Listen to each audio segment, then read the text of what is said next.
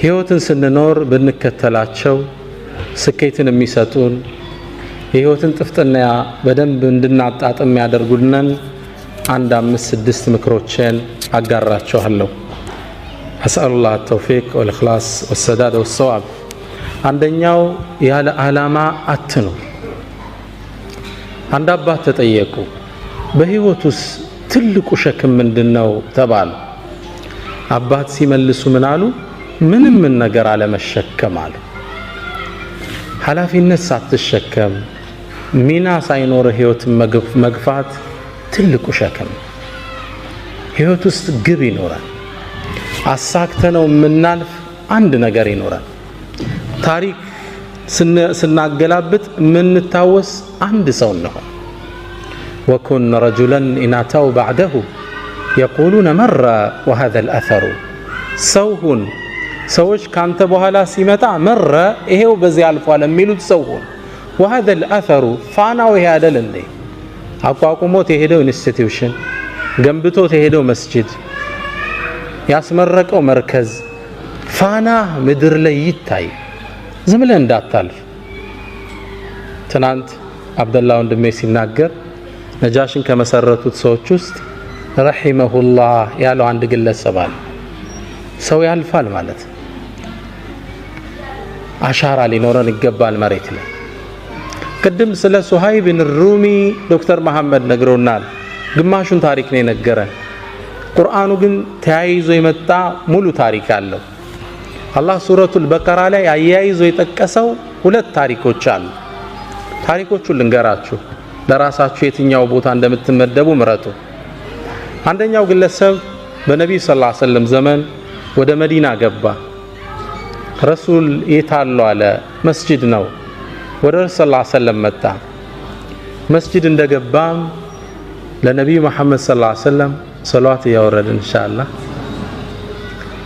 እንደገባም የአላህ መልእክተኛ እኔ በአላህ አምናለሁ በርሶም አምኛለሁ፣ ውስጥ ያለን ኢማን አላህ ያቀብኛል ብሎ ተናገረ። ከዛም ከመስጂዱ ወጥቶ እንደሄደ መዲና ዙሪያ የሚገኙ እርሻዎችን አቃጠላቸው፣ እንስሶችን ገደላቸው። በጣም የሚኮንን ስራን ሰራ።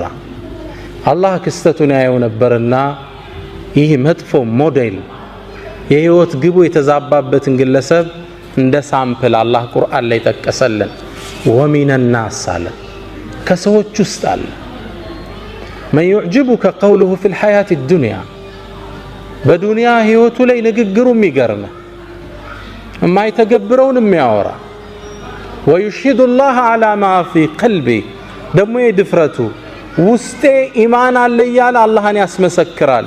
እኔ ልንገር መሐመድ وهو ألد الخصام ድንበር ያለፈ ተከራካሪ። وإذا تولى ካንተም ዞር ብሎ ሲሄድ ያረጋውን ልንገር سعى في الأرض መሬት ላይ ሮጠ ليفسد فيها መሬት ሊበክል ويهلك الحرث والنسل ዘርንና አዝርዕትን ሊያጠፋ የተንቀሳቀሰ ሰው ነው። ይህ ሰው በመጥፎ ሞዴል አላህ ጠቀሰው ቁርአን ላይ። ከዛው ስራ ያይዞ አላህ አንድ ታሪክ አስከተለ። ግለሰቡ ቁረይሽ ውስጥ የሚኖር ሱሃይብ ብን ሩም የሚባል ወጣት ነው። በነብዩ ሰለላሁ ዐለይሂ ወሰለም አምኗል፣ ወዷቸዋል።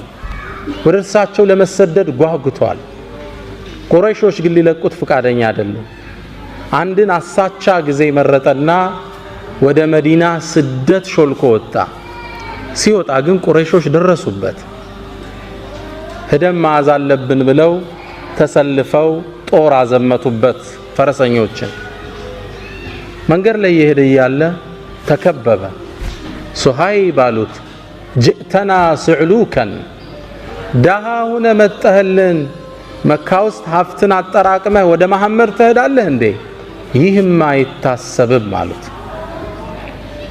ዱንያን እንደፈለጉ ተረዳ። እናንተ የቁረይሽ ሰዎች ሆይ ቀስተኛ መሆኔን ታቁኛላችሁ። ጀርባዬ ያሉ የቀስት ጦሮች እስኪያልቁ ድረስ እርስ አንድ ባንድ ገላችኋለሁ። መንገዴን ልቀቁ አላቸው። በጭራሽ አሉ። ገንዘብ ንብረት ይዘህ ልትኮበልል ይሄም አይታሰብም።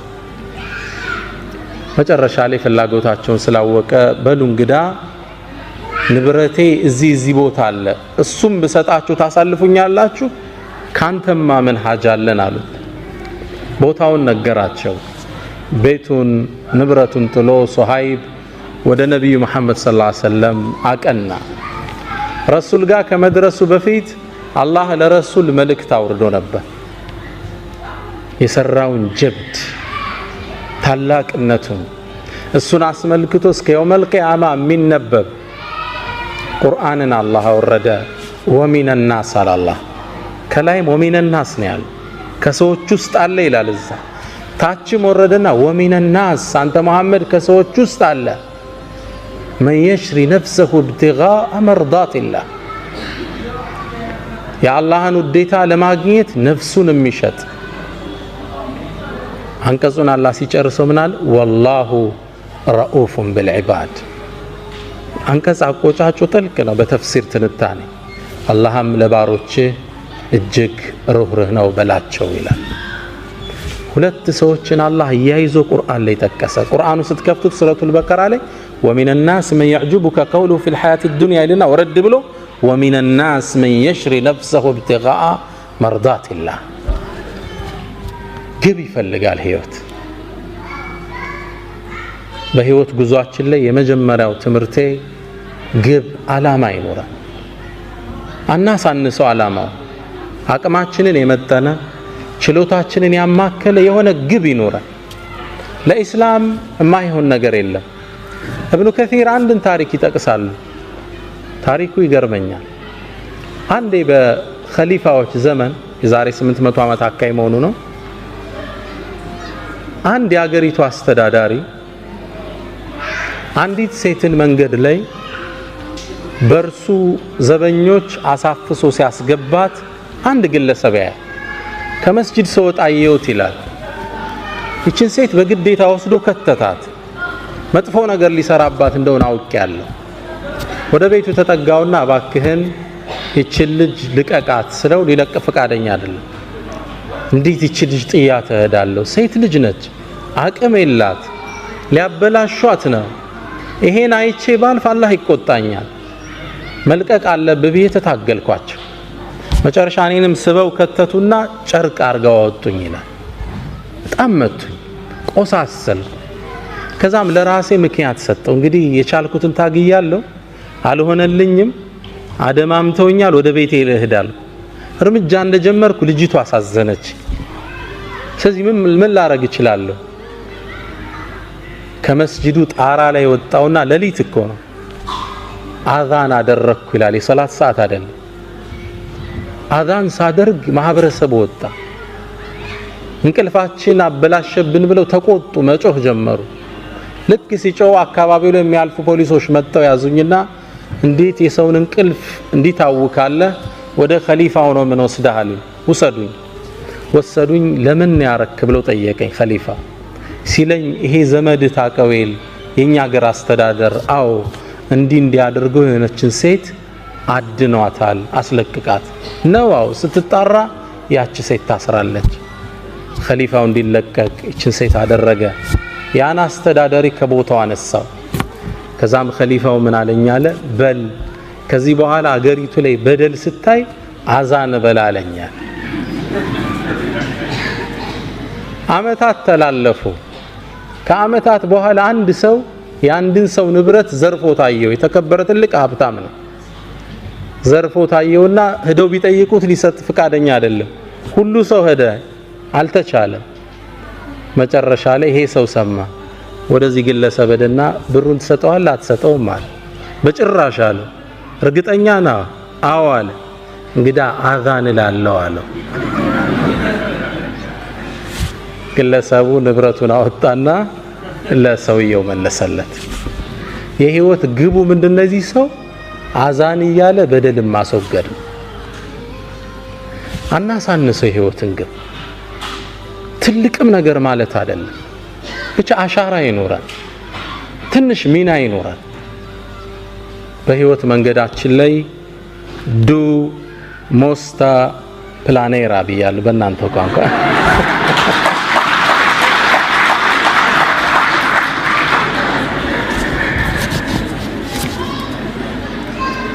ከሁለት ወር በኋላማ በስዊዲሽ ነው ማስተምራችኋል ኢንሻአላህ። ሁለተኛ በህይወት መንገዳችን ላይ መጀመሪያው ጎል ይኖረን ነው። ሁለተኛ መልካም ስነ ምግባር የልብ መክፈቻ ቁልፍ መሆኑን እንረዳለን። እህቶች ወንድሞች፣ እናንተ የምትኖሩበት ሶሳይቲ ሙስሊም ያልበዛበት ማህበረሰብ ነው። ምናልባትም ሙስሊምን በትክክለኛ እስልምናን የማያውቅ ማህበረሰብ ውስጥ ትገኛላችሁ። ያ ግለሰብ የሚያውቀው እናንተን እንጂ እስልምናን አይደለም። እስልምና ትዝ ሲለው በስራ አብሮት የሚሰራው መሐመድ ወይም ፋጢማን ነው ያ ግለሰብ የሚያስታውሰው። ፋጢማ ጋር ሚስቴክ ካየ ኢስላም ውስጥ ሚስቴክ እንዳለ ያስባል። ስለዚህ እናንተ ቫይስ ጋራንት ኦፍ ኢስላም ናችሁ፣ የኢስላም አምባሳደር ናችሁ፣ አትጠራጠሩ። ጥሩ ስነ ምግባር ካዩባችሁ ኢስላምን ይወዱታል፣ ያነጻችሁን ዲን ይናፍቁታል። እናንተ ጋር ጋብ ካዩ ኢስላምን ነው የሚተቹት። ቁርአን የሚያውቁት ይመስላችኋል እንዴ? አያውቁትም። ከናንተ መሃል አንድ ሰው አስነስቼ የቡድሃን መጽሐፍ የሚያውቃለ ብል የሚመልስልኛል አለ? ትርጉሙን አይደለም አይቶት የሚያውቃለ መጽሐፉ? አታውቁትም። የምታውቁት ቡድሂስቱን ብቻ ግለሰብ። ግልጽ ነው። የምታውቁት ግለሰቡን ነው። ጥሩ ከሆነ እነዚህ ቡድሃዎች ግን ጥሩ ሰዎች ናቸው ትላለ። በሂደት ምን ትላለ? መጽሐፋቸው ምን ቢሆን ነው ሃይማኖታቸው ትላለ። በሰውየው መማረክህ ወደ ዲኑ የሚያዳርስህ በር ነው። እናንተ ፕሮግራም ተሰጥቷችሁ አርፍዳችሁ ስትሄዱ እነዚህ ሙስሊሞች ፕሮግራም አይጠብቁም ነው የሚል እምነቱን ነው ባንድ የሚያወግዝ። እናንተ ሀገር መጥቶ ስኮላርሺፕ ስለተማረ እዚሁ አውሮፓ ውስጥ አንድ ሱዳናዊ የጻፋት መጣጥፍ ልቤን ነካችኝ። ግለሰቡ ርዕሱ ላይ ምን ይላል? ሌባ ነኝ እንዴ ይላል ርዕሱ። ሌባ ነኝ እንዴ? ምን ገጥሞት ይሆን? በመኖርበት ትምህርት ቤት ውስጥ ይላል ከትምህርት ቤቱ በሚሰጠን ብር እየወጣን እቃ የምንገዛበት አንድ ሱፐር ማርኬት ነበር። እዛ ሱፐር ማርኬት ውስጥ ወጥቼ እቃ ገዝቼ ገባለሁ ሁሌም። ከዛ አንዴ ስወጣ ሁሌም የምገዛው አንድ የምግብ አይነት አለ። ሁሌም የምገዛው $20 ነው ያነቃ። ከዛ አንዴ ግን ከጎኑ $25 የሚል ተመሳሳይ እቃ አገኘው። ከዛ በጣም ገረመኝና ለሱቁ ባለቤት ምን አልኳት? ይሄ እኮ ተመሳሳይ እቃ ነው አልኳት። አዎ አለችኝ። ታዲያ ለምን የተለያየ ዋጋ ሰጠሽው? ዋው መሰጠት አለበት አለች። ለምን? ይሄኛው ድሮ የገዛ ነው። አሁን ግን ስናስገባ ዋጋ ጨምሯል። ስለዚህ ድሮ የገባው በ20 ነው፣ ያሁኑ ደግሞ በ25 ነው አለችኝ። በእኛ በነጋዴ ቋንቋ አይሄድምና ታዲያ ለምን ዋጋው ስለጨመረ ሁለቱን 25 ማታረጋቸው አልኳት። ሎጂካል ነው አይደል? እሷ ጠጋለችና ወደ ጆሮዬ ሌባ ነህ እንዴ አለችኝ። ግለሰቡ ጽሑፉን ሲጨርስ ሌባ ነኝ እንዴ ይላል ሲጨርስ። የአኽላቅ የሰዎችን ልብ የምንከፍትበት ቁልፍ ነው። እቺ ሰው አሁን ምን አይነት ስብዕና ቢኖራት ነው ትላለች። 5 ብር መጨመር ትችላለች። እርግጥም አዲስ የወረደው ምርት 5 ብር ጨምሯል። አኽላቅ አደራችሁን ስፔሻሊ እናንተ ዘንድ ትህትና ይፈልጋል። ለቀጠሩ ታማኝ መሆን ይፈልጋል። እውነተኝነት ይፈልጋል። ሀገር ቢያስወጣ ስነ ምግባር ወደ ሰዎች ልብ የምንሄድበት መንገድ ነው። አደራችሁን። እኔ እዚህ ዩሮፕ ውስጥ ማየው ፓርቲ ገርመኛል። ሳነብም ስከታተልም ደስ የሚል ኢስላሚክ ማነርስ በዘመናዊ መልኩ ተቀርጸው እናያቸዋል። እና እናንተ ደግሞ የሙስሊም አምባሳደር ናችሁ። በስነ ምግባር ጉድለት የምንፈጥረው ሰዎች ላይ የባህሪ መናወጥ ብዙ ሊያስከፍል ይችላል። አንድ ሰው የሥራ ባልደረባ ነው፣ አበሳጭታ አስቆጥተው ብትድ ያ ሰው ቀኑን ሁሉ ታውኮ ቢሁል አላህ ዘንድ አንተ ወንጀሉን ትጋራለህ።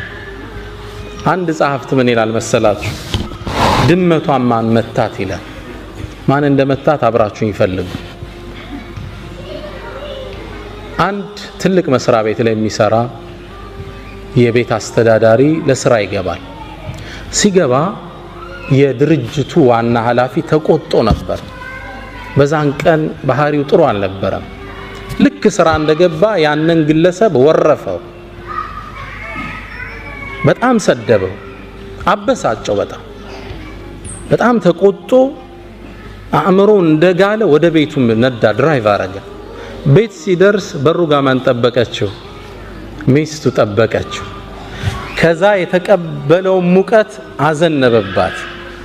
እህቶች አላህ ያስችላችሁ። ያው ባሎች ሲቆጡ እናንተ ላይ ነው አርም ያሳርፉት። ሚስትን እሱም ሰደባት። ተራ ነገር ነው የምታወራው። ተቆጣት፣ አበሳጫት። እንዴ ምንድን ሆኜ ነው የምትለኝ? ምን አረኩ? መለሰችለት። ያናግራት ፈቃደኛ ጥላት ገባ። ተበሳጨች እሷ። ትንሽ እርምጃ እንደሄደች ከኋላ ልጇ ይጎታታል። ማማ ምንድነው? ቸኮሌት ግጅልኝ፣ ዞር በልፊቴ በጥፊ። እሷም ከባሏ የተቀበለችውን ማን ላይ ጣለችው? ልጇ ላይ ጣለችው። ልጅ ደግሞ እጁ ላይ ለካ ትንሽ ብስኩት ይዞ ነበር። ከስር ድመት መጣ፣ አንጋጣ ስጠኝ ትለዋለች። ቤቢ ደግሞ ተበሳጭቶ ነበርና በካልቾ ጥግ አደረሰ። ድመቷን ማን መታት?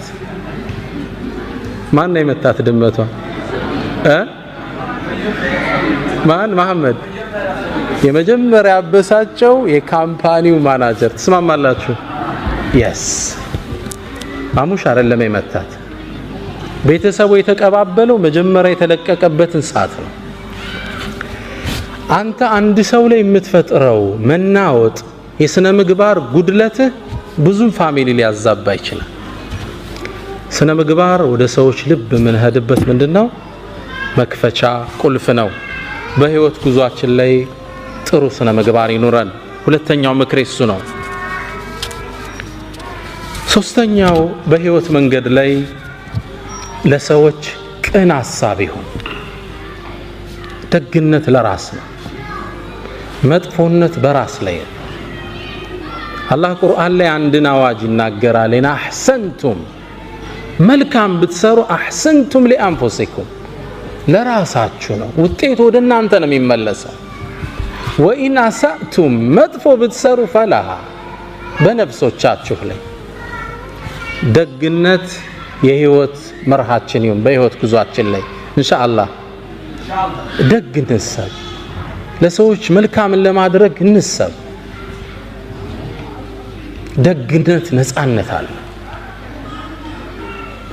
ፈላስፋዎች ሁሉ ዓለም ላይ ያለፉ ፈላስፋዎች ፊሎሶፈርስ በሁሉም ሐሳብ ላይ ተለያይተዋል።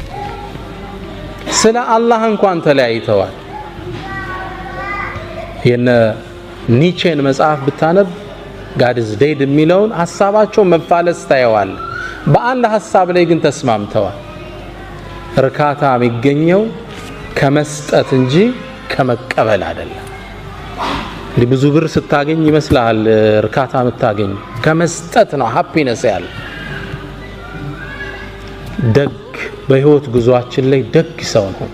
ለሰው ቅን እንሰብ። የሥራ ቫካንሲ አየህ፣ ስራ ላይ እንትና እኮ ስራ የለውም፣ ደውለህ ጥራው። እህቴ የሆነ ጥሩ ሰው አየሽ፣ እገሌ እኮ ለእንትና እንዲህ ሊሆናት ይችላል። ቅን ማሰብ ለሰው። ለሁለቱም የቁርአን አንቀጾች ሁለት ምሳሌ ልስጣችሁ። እና አህሰንቱም ሊአንፉሲኩም ደግነት ለራስ ነው። ዶክተር ራቲብ ነቡልሲ ያወሩት ታሪክ ነው። እርሳቸው ስላወሩት ነው እኔም ታሪኩን ምደግመው። አንዴ ይላሉ አንድ የመስጂድ ኢማም ኸጢብ አሰጋጅ ናቸው፣ ትልቅ ዓሊም ናቸው። በህልማቸው አንድ የሚገርማቸውን ህልም አዩ። በህልማቸው ያዩዋቸው ነብዩ መሐመድን ሰለላሁ ዐለይሂ ወሰለም። አላህ ሁላችንን ይወፍቀን ኢንሻአላህ። ነብዩ መሐመድ ሰለላሁ ዐለይሂ ወሰለም ሐዲስ ላይ እንደሚሉት መራአኒ ፈቀድ ረአኒ ፈኢነ ሸይጣን ላ የተመሰሉ ቢ፣ እኔን ያየኝ አይቶኛል፣ ሸይጣን በእኔ መመሰል አይችልምና ይላሉ። አላህ እርሳቸውን ከሚያዩት አላህ ያድርገን። በህልም ይህ የመስጂድ ኢማም አዩአቸው። ነብዩ መሐመድ ሰለላሁ ዐለይሂ ወሰለም አንድን ኃላፊነት ለግለሰቡ ሰጡት። ከመስጂዱ ጥግ የሚኖር እገሌ ገሌ የሚባል ሰው አለ፣ ሂድና በጠዋት ቤቱ ፈበሽርሁ አነሁ ጃሪ ፊል ጀና፣ ጀነት ውስጥ ጎረቤቴ እንደሆነ ንገረው። ከባድ ብስራት ነው አለ። ኢማሙ ከእንቅልፍ ነቁ። ይህም ብስራት እሳቸውም ዓመታት ያሰገዱት አላገኙት። ስንት ሰው ያስተማሩ የነቢዩ ጓደኝት በጀነት ጓደኛ ማን ይሆን ግለሰቡ? ወደ ቤቱ አቀኑ። ቤቱን ሲያንኳኩት መስጂድ ላይ በርቀት የሚያውቁት አንድ ግለሰብ። በጣም ተገረሙ። እኔ አንድን ነገር ልነግርህ ነው የመጣው አሉት። ምን ብትሰራ ነው? ረሱል ሰለላሁ ዐለይሂ ወሰለም በጀነት ጎረቤታቸው እንደሆንክ እንድነግርህ ላኩኝ። ምን የሰራኸው ኸይር ስራ አለ አሉት። ግለሰቡ ምን አለ? ምን ኸይር ስራ አለኝ ብላችሁ ነው? ምንም የለኝም በጭራሽ። አንተና አላህ የምታውቁት ትልቅ ምስጢር አለ፣ በአላህ የሆንብህ ንገረኝ አሉት። ግለሰቡም ሼኽ ያው ሀያ ያዘው። ከጠቀመውት አንዲት ስራ አለችኝ፣ እሷን ላጫውታችሁ ንገረኝ አሉት። አንዲት እንግዲህ ሲኖር ለጋብቻ ወሰነና አንዲትን ወጣት ለጋብቻ አጫዋት ይላል። ሳገባት ንጹህ ሴት ናት ብዬ ነው። ነገር ግን ማላቀው ታሪክ ነበራት ልጅቱ። ባገባዋት በ4 ወር ውስጥ ልጅቱ አጋጣሚ እርጉዝ ነች። ያረገዘችው ከሌላ ነው። አላህ ይጠብቃችሁ ኢንሻአላህ። ግን ትዳር መስርታለች። ምጥ መጣኛለች። የት ነው ያረገሽው? በጣም ፈራች፣ አለቀሰች፣ ተጸጸተች፣ አፉ በለኛለች። ግን ተበሳጭቻለሁ። መጨረሻ ላይ ራሴን 2 አማራጭ ላይ ያገኘሁት። አንድ እቺ በዝሙት ያረገዘች በጣም ማትረባ ተራ ሴት ብዬ ለቤተሰቦቿ መልሼ አካባቢው አይን ላፈር እንዲላት ማድረግ አንድ አማራጭ። ሁለተኛ ደግሞ ተሳስታ ነው እቺ ልጅ ወጣት ነች። እዚህ በህይወት የሆነ አጋጣሚ ተሳስታለች፣ ተጸጽታበትም አለች። ለተውበት ልገዛት 2 አማራጭ ራሴን አገኘሁት። ነፍስያዬን ተጫንኩና ወደ ተውበት በመራት ይሻላታል ህይወቷን ከማበላሸው ብዬ ወሰንኩ። ግን ልጅ ሊወለድ ነው። ካገባት ገና 4 ወሩ ነው። እንዴት አርጎ ያምልጥ ከዚህ ውስጥ? መጨረሻ ልክ የወለደች ጊዜ ማንም እንዳያቃርብ እንደተወለደ ልጁን ህፃኑን ይዤው ወደ መስጂድ እርኳል። ባለቤቱ መውለዱን ሰው ያውቅ። ልክ ሰው ኢሻ ሶላት እንዳለ ሲገባ ውጪ ላይ በፎጣ ጠቅል ያስቀምጨው ሶላት ገባ። ልጁ የውጩን ብርድ አልቻለምና እየሰገድን ማልቀስ ጀመረ። በጣም ያለቅሳል። ገና ለጋ ህፃን ልጅ ነው። በጣም ሲያለቅስ ሰው ሶላት እስኪያሰላምት ቸኩሏል። እንዳሰላመተ ሩጦ ሲወጣ ህፃን ልጅ ተጠቅልሎ ፎጣ ያለቅሳል። ማን ነው ጥሎብን የሄደ? መራገም ጀመረ። ከዛ መሃል ብቅ አልኩና ይሄን ልጅ ወስዶ ሊያሳድገው መሃላችሁ ሚችል ሰው አለ አልኳቸው። ልጆቻችንም አልቻልነ ደግሞ ገና ሚጠባ ህፃን ልጅ እንውሰድ እንዴ? ምን ነካ አንተ? ከዛ ቀበል አደረኩና ማህበረሰቡ እየሰማኝ እኔ ታውቃላችሁ ባለቤቴ አሁን ያገባዋት ልጅ የለኝም፣ የቤተሰብ ጫና ስለሌለብኝ ይሄን ልጅ ወስጄ አሳድገዋለሁ አላቸው። ግልጽ ነው። ትልቅ ኢማን ይጠይቃል። ከባድ ነው። ህፃኑን ተሸከመና ወደ ቤቱ ይዞት ተመለሰ። የአካባቢው ማህበረሰብ የሚያውቀው ምን ብሎ ነው? ወድቆ የተገኘ ልጅ ያሳደገ ደግ ሰው ብሎ ያውቀዋል። ልጅቱን አስተውብቶ ዳግም አገባት።